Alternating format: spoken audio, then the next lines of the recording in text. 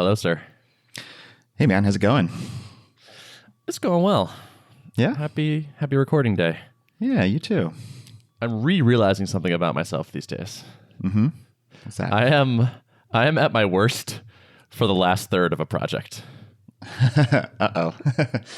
That phase where it's like I figured out the project and I know all the things and I've done lots of the things, but all I can see is like the remaining things and that I'm terrible in this phase. I'm still making progress. I'm still getting stuff done. It's fine. I'm not like saying this is an emergency, but just mentally I'm like, I don't want to do any more videos. I don't want to do any of this stuff. Like I just wish they were done and I can move on to the next new thing. Yeah. So it's just like starting to feel like a slog at this point? A little bit, yeah. Usually I have a video done by like Wednesday or Wednesday-ish or Tuesday-ish, and it's Thursday and I haven't finished a video this week. I will record one today, but it's just slower than usual. Do you think it's a factor of like 2/3 of the project, or is it some kind of more like fixed duration? Like if you had said this was a 5-video course, if you got 2 videos in, do you think you would have felt the same, or would have been like race through the 5 and now you're good? That's a good question, actually. I'm not totally sure. My guess is it's a little bit of both, actually. To me, there's something psychologically about, okay, I can see the finish line. Basically, all of the questions have been answered. Now I just have to actually go through the motions of finishing these things up. That part doesn't excite me. And so I imagine that might kick in regardless. But also, yeah, it has been a decent amount of time that I've been working on this. And so it's lost a little bit of luster now. That's always been an argument for, or one of the reasons for keeping features scope really small. Is like I've been on some long protracted projects before where it's all new stuff. You're doing a lot of like cool architecture. You're working out all the initial details of how it's going to go, and then just like taking it through the finish line oftentimes is the most psychologically challenging part of it. So if you can keep them small and bite sized, we try to like ship.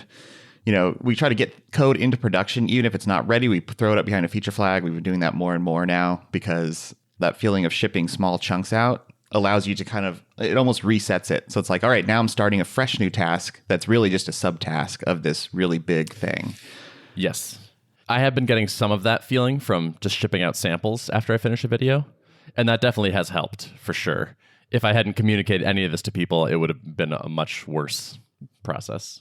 And also, speaking of cutting scope, I've decided that I'm going to do 8 videos. Okay.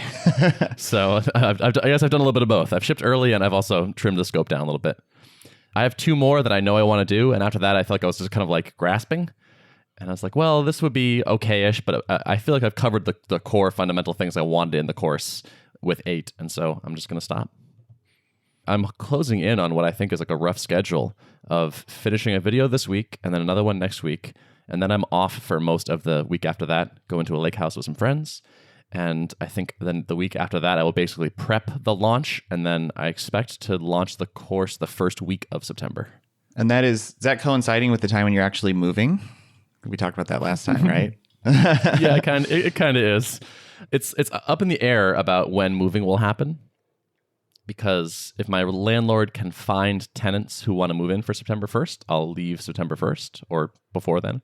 And if not, I might be here till October 1st or maybe November. Who knows? My guess is they will find somebody because this is like a good apartment in a good spot. So September 1st, I think, is definitely possible. And like someone saw the apartment yesterday, so they're getting interest. Got it.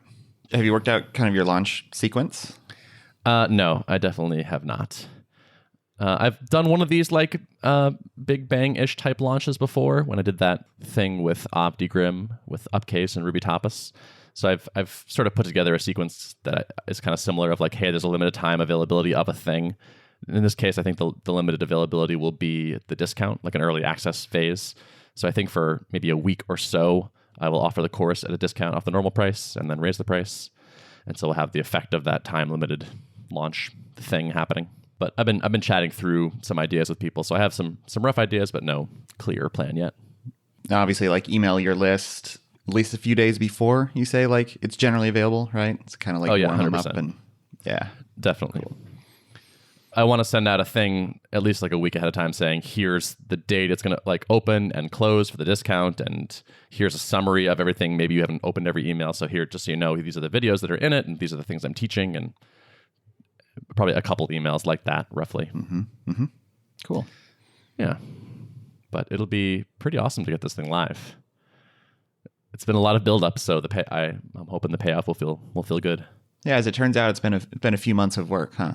Like I always picture these things like, it'll be like just, maybe 2 months you could knock out a course, done. But, it always takes a little longer than you expect, huh? Of course. Yeah. That's okay though. I mean, it hasn't been like arduous. So, it's been a thing that I'm actually like I'm reasonably pleased with how I've been able to continually chip away at this thing. Big projects are tough to work on, I find, psychologically, just because they feel intimidating and insurmountable. But I think I did a pretty good job of just thinking like, okay, just the next video, and thinking of them as discrete units, which are a little more easy to tackle. Yep. From my perspective, you've done a good job of it. So cool. Thanks. Yeah. I've also scheduled my first Meetup visit, which is going to be the Atlanta Ruby users group on September 13th. The Ben Orenstein worldwide tour of the Ruby meetup scene. Yeah, exactly. That'll be one of the stops for sure. I haven't submitted yet, but I'm hoping to get approved to speak at Boston Ruby Group the day before. So I'm going to have to basically fly to Atlanta during the day, I guess. There's gonna be a lot of crazy travel in September. That is becoming quite clear. You just run on stage and be like, my flight just landed. I just got here. Hello, Atlanta. That's right. Or stream it from the airport or in the Uber from the airport to the meetup. From 30,000 feet in flight Wi-Fi. Yeah. I've got that like last 30% struggle a little bit, but I'm still moving forward, and I think it'll be over soon. Yeah, good man. Yeah. Are you already thinking about the next project you want to tackle, or are you trying not to think about that right now? Not really. I've sort of been almost intentionally not. Like there's this big question mark for what happens after the launch and after the tour, and it's a question mark in like when will I get an apartment, and when will I move, and what will I want to do after professionally, and I'm just kind of being like I don't know, and just trying to be relaxed in the chaos. Anytime I try to look too many steps out, there's a lot of domino pieces that could end up falling in that time. Like maybe you do this tour and another like business idea kind of falls out of all the conversations you have over the course of this, or maybe you learn something new launching this course and it's like, hey, now I have a new idea that fell out of this and it ties well with the previous work I've done. And anytime I try to like anticipate too many domino pieces out ahead, it's usually not a very productive exercise and just makes me feel more stressed or uneasy about the future. So I think it's good. Yeah. Yeah. Being open to that serendipity, I think, is useful. And planning a little bit too much, I think, can close you off to some of those things. It's like, oh, well, I did say I was going to do this. You have this like sunk cost idea creeping up. So you emailed me this week about a topic you wanted to talk about. Yeah. I caught one of the recent episodes of the Giant Robots podcast, our former podcasting home. And it was one where Chad was interviewing Seth Godin, who I'm sure many folks out there know. And that one piqued my interest, especially because I was like, oh, Seth Godin. I take it that Chad knows Seth from just over the years. It sounded like they were at least familiar with each other. Anyways, I was expecting just a typical interview of a smart author, entrepreneur, blogger type person. But within the first few minutes, it was clear that there was a lot of, what the best word is, anguish on Chad's voice, I think, as he was kind of thinking about some tough business challenges that Thoughtbot's going through right now.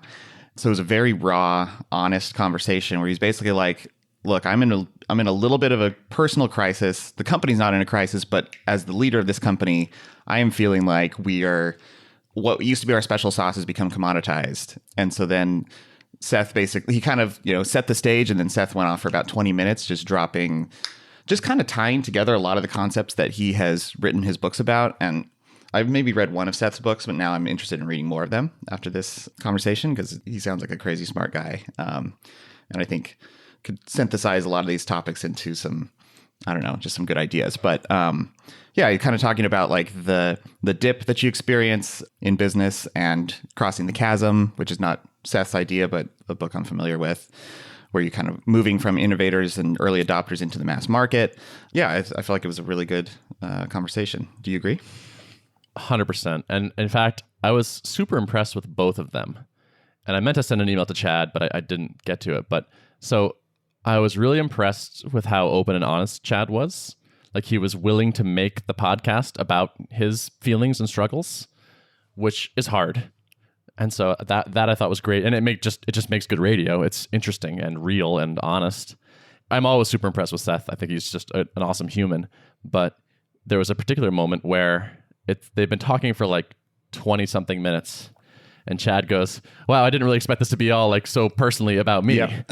And Seth goes, "Well, we don't have to publish this at all if you don't want to." Right. Yeah. And I thought that was just like such a generous thing to do, right? He's like, if you want to turn this into just I just talked to you for 25 minutes about, what you're struggling with, and there's no, marketing upshot of this for me, then I don't care. So classy. Yeah, I agree. He immediately recognized at the beginning, he's like, wow, well, first of all, thank you for being so raw and honest to your listeners and to me. Like, he was honored that he was throwing this out in a somewhat public forum and giving the opportunity to really dig deep. Because, when you keep it surface level, I mean, we've experienced this before when we've had conversations, we've gotten pretty raw and deep on this podcast and in prior episodes. And I don't know, I feel like it's always more productive when you're just honest and not kind of cagey or like, suppose there was someone who was in this circumstance, what would you advise them to do, There's so much of a difference between asking the question you really want to ask and asking the question that's like close but safer. It's night and day to me. Like, there's something like you cross this line and all of a sudden the quality of the conversation changes dramatically if you're willing to really go there. And I would say they got there, which is awesome.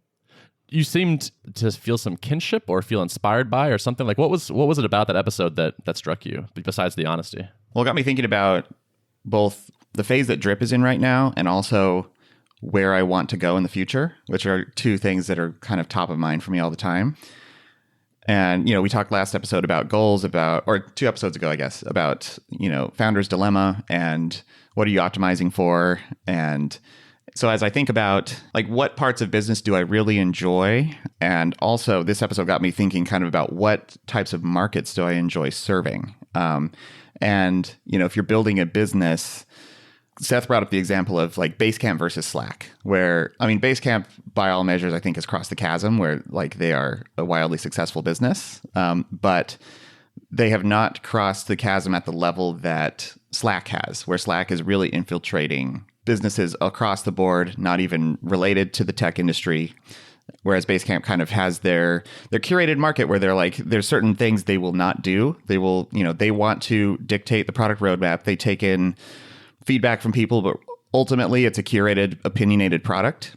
And comparatively, Slack is much bigger, has many hundreds of thousands of users, and is a relatively simpler product that is essentially dumbed down to be catered to the mass market so that a wide array of people can understand it and use it.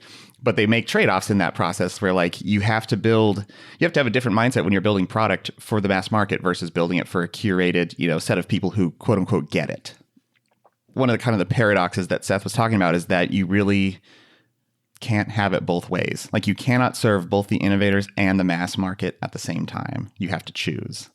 Part of me wants to say like, can you have it both ways? Like, can you make the ramp to understanding how to use a product, can you make that gradual enough where it's like a simple tool for the mass market who aren't super sophisticated, but then the people who get it are able to level up within the same product? And I don't know if you have thoughts about whether you feel like that's possible, whether you feel like that's something you would want to attain or even try to attain, or if it's like, I don't know, do you think you really have to pick?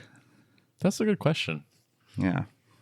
It feels like you could.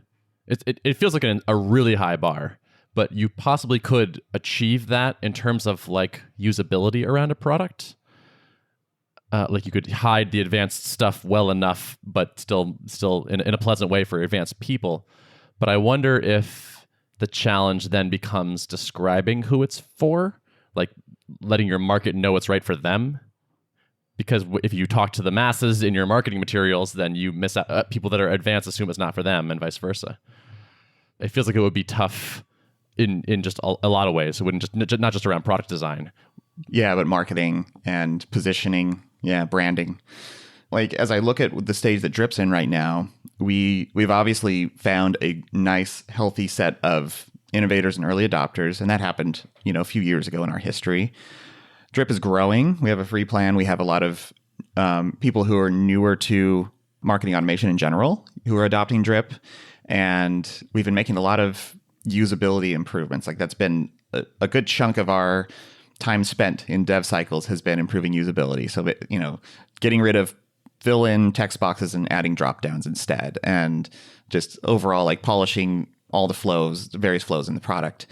If I kind of analyze it, it's like I think we are kind of edging deeper into the mass market, and there's high demand for making the product feel more usable.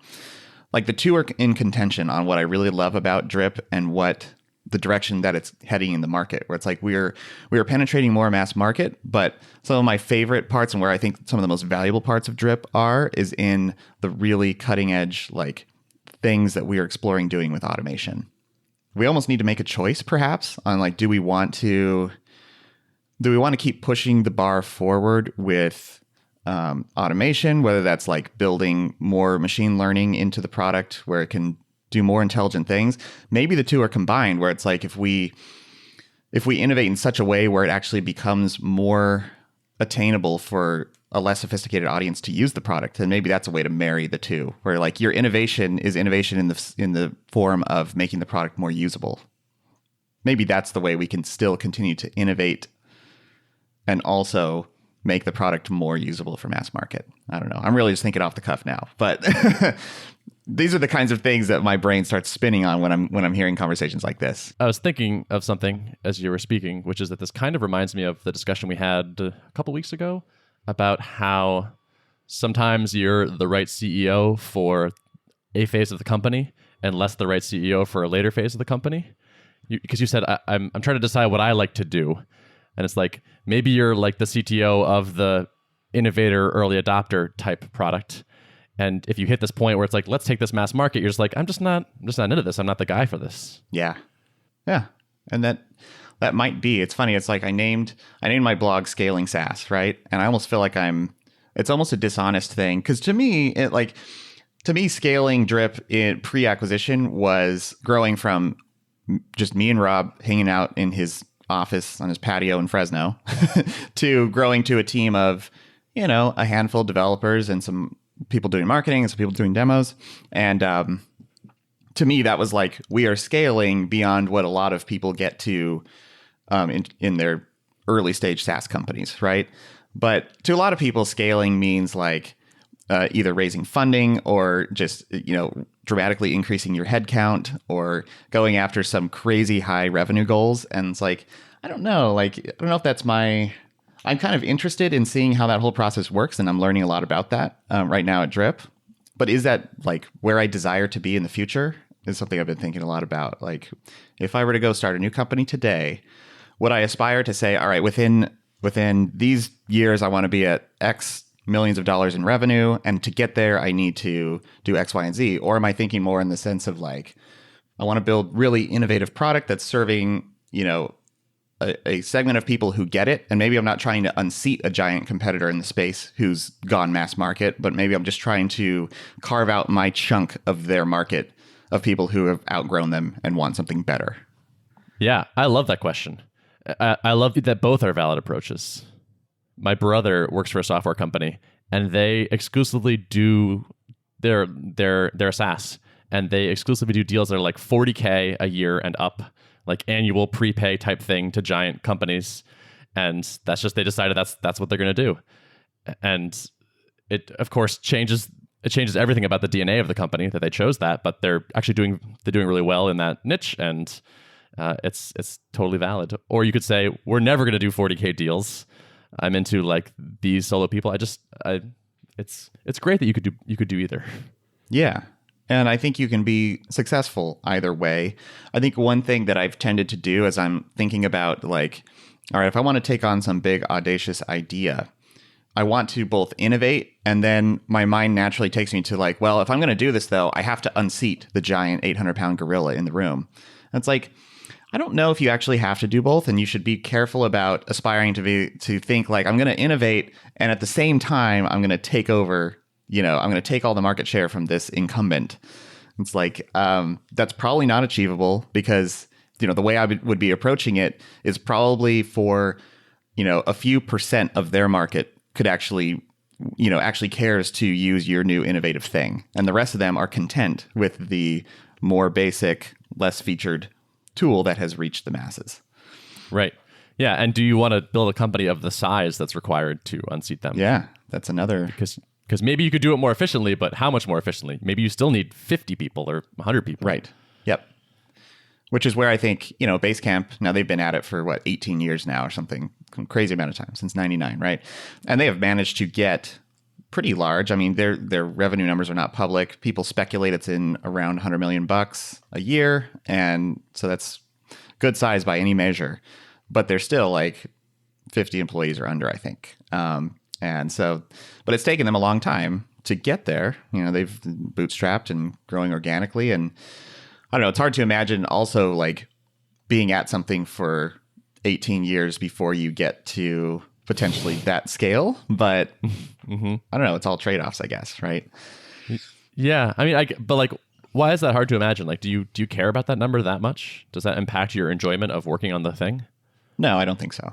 Yeah. I mean, I think if you're trying to get to kind of the freedom line that we talked about, where, it's a certain dollar figure in the bank that grants you freedom to allocate resources how you want and do what you want, then there are paths that are potentially quicker to get there, and then paths that are less quick. And I think if you're growing organically, I mean, that's decidedly a less quick path to getting there, but it's also lower risk, I think. So I guess it's that's where your risk tolerance lies. Yeah. To me, the interesting thing they figured out is the way they want to work. They figured out what works for them and what they enjoy, and a thing that they would be happy doing for that long, and build a company around that. And then the financial success came anyway. I feel like the financial freedom bit is probably less happiness inducing than, hey, I work at a company that I really like, and we have an awesome culture, and we work with good people, and we figured out a lot of things that just make us feel good about the world. Right. It's you can have all that, but at what cost? And hey, I'm not sure I'm willing to sacrifice my happiness, my satisfaction with my work, my stress levels. So, yeah. I took a page and a half of notes from just quickly writing notes from that conversation. And what struck you? What'd you write down? So the first bit was you cannot serve both innovators and mass market at the same time. This is a paraphrasing of Seth, but he said something to the effect of, if you want to serve innovators forever, you have to continually reinvent yourself. And that means throwing it all away and doing it again, which is really painful to imagine doing, That's funny. That appeals to me a lot. Does it? Speaking of the last 30% of a project. Yeah. Yeah. I'm so happy and at the beginning. Yeah. When the paper is fresh, or when the project is fresh, the paper's blank. I guess it feels, I don't know, it feels early on in a project, whether it's a new SaaS or something like that. There's a lot of risk at the beginning phase, and I guess it depends on how that risk affects you. But I remember the early days of Drip, where we were still searching for product market fit, and a lot of things were unknown. And as soon as we crossed that line where it's I think we got it locked in. It was after we launched our first iteration of automation rules, when things started to move along. We were marketing and people were converting. That was a big moment of relief, where it's we've crossed this line that is all right, at least we've got a business that is growing at a healthy rate. It's not rocket ship, it's not exponential, but we figured out a formula that works.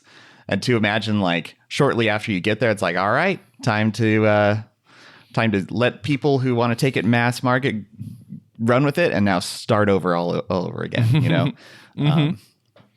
Well, that phase might be a little bit longer, right? It might be a couple of years before you need to blow it all up and start over. Yeah. I think you would have to relish. You would have to relish in your product market fit for a little while before torching it to the ground and starting over again. Totally. And maybe torching it actually involves spinning it off and enjoying a windfall and then moving to the new thing. So there's less of that stress or pressure. Yep. They kind of talked about I think Chad was trying to figure out how could Thoughtbot double down on what the formula they've worked out, where it's like they have a formula that's working. They're getting a flow of customers in. It's not necessarily as innovative as it used to be, but they figured out how to make the consulting engine work. And so they were trying to think about how Thoughtbot could keep that going, but then also at the same time start doing something new and innovative. And I liked the examples that Seth brought up, where it's like, Google has Google Labs, where it allows their engineers to work on cool new tech, but at the same time, those engineers are probably working on Google Forms, which is a stupid simple product that can be used, by the masses. And it's like, instead of siloing, like saying this team's working on the cool stuff and this other team's working on the boring stuff, it's like turning it on its head, where it's like maybe everyone or a lot of folks get to have their hand in both. I like that idea. Yeah. Like a 20% time type thing. Yeah. Do you do that at all at Drip? We don't really have that formalized. I mean, I feel like we try to make sure that folks are happy with what they're working on, and that any given engineer is not like slogging through some really nasty part of the code base, or some just like, I don't know, project that's not very fulfilling, and just like continuously doing that. I think we try to mix it up, but it's not like formalized. I don't know. I think that a lot of that just comes through like talking to your team and finding out if they're satisfied with the projects they've been working on. Yeah, I was actually thinking less around like person happiness and more like, do you take time out to invest for the future type? Like we should have a tool for this, and like let's actually like formalize this into a new project or a new repo or a new whatever. We've done that like a few times. I don't know. Like one example is when we're moving to a new deployment strategy, AWS code deploy, and we wanted like the ability to be able to track a deployment. Well, this is the internal tooling, so this is not customer facing, but just one example. Oh, that counts too. Yeah. That's what I was thinking of, actually, internal stuff. Yeah. So like we want to be able to track progress of the deployment, and the way it works is kind of like fire it off and then, okay, it's running, and we can't really have visibility unless you log into AWS and go to the page where the deployment's running and check and refresh it and see what the status is. So one of our engineers built a tool it calls Deploy Watch, and he open sourced it. And it's like a little Go app that will just like hook in and look at any deploys that are running, and then it'll constantly refresh. So you can just have it in your console, and it'll just like update in line as different servers finish. Nice. And yeah, it was totally cool with like working on that on company time. Yeah.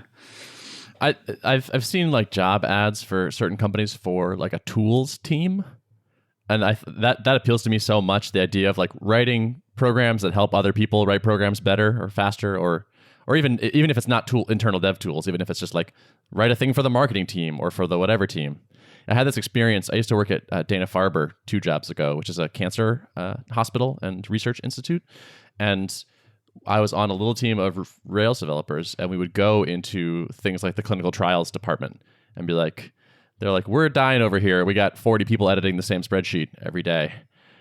And like, there's a filing cabinet full of paper. And when we want to check the thing, we like open the filing cabinet, and we would write stupid, simple CRUD Rails apps for them. And they'd be like, oh my God. And it was such a satisfying experience. Like, it didn't matter that the app was simple. It was like, look how much better we made their lives. That just felt so good. It's a nice luxury to be able to do that. I mean, I feel like some teams, like that's kind of the last part that they think about is the internal tooling. I know when we joined the Lead Pages fold, like some of the support folks were really impressed with our admin area. We call it Faucet. Get it? Drip Faucet.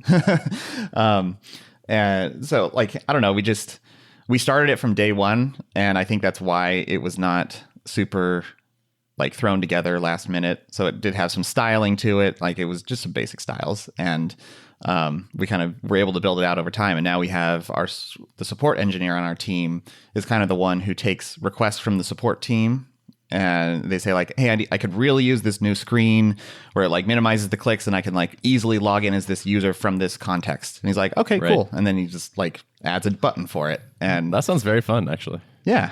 It's cool. And it's like totally the kind of thing where like I couldn't envision what the support team needs. They're going to tell us like, oh my gosh, it would save me so much time if I could just do this one thing from the screen, and be able to satisfy them is really, really fun. I think a great admin area is probably an under-invested in tool for SaaS apps. I've limped along without one in the past because I have console chops, but it's nice to have that. Like if you actually make it a first class thing in your app and like you write tests for it and make sure it continually works and it's not ugly and does useful things, I think that's pretty awesome.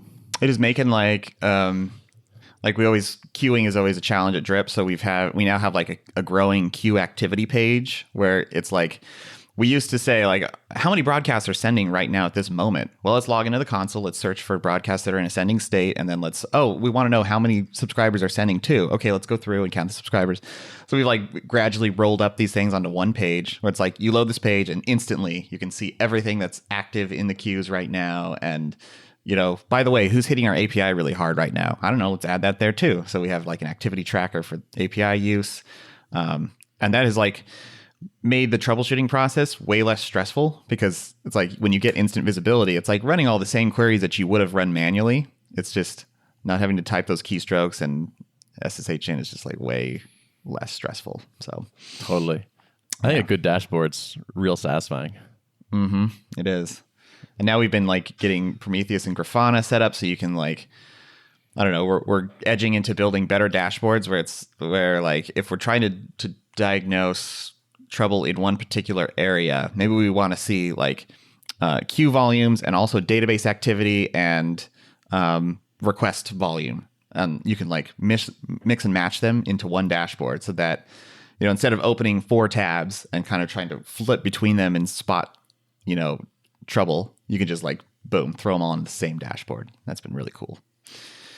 He brought up the example of Newton running shoes and how like they basically have decided to focus on running shoes only, right? And this is a loose quote from Seth. He said that like doubling down on the edge that you've got is worth it, and that's what Newton has done. If they tried to compete with all the other product lines that Nike has, they would probably not succeed.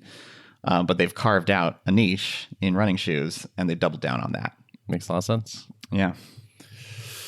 Cool. Well, we're getting a little long. You want to wrap it up? Yeah, let's wrap it. Awesome.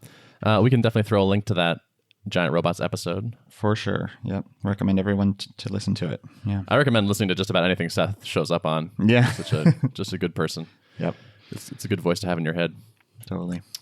If you'd like to access those show notes, you can go to artofproductpodcast.com. Did I say it right? That's right, yeah? Yeah, I think so. Excellent. And we'll see you next time. Thanks for listening. See ya.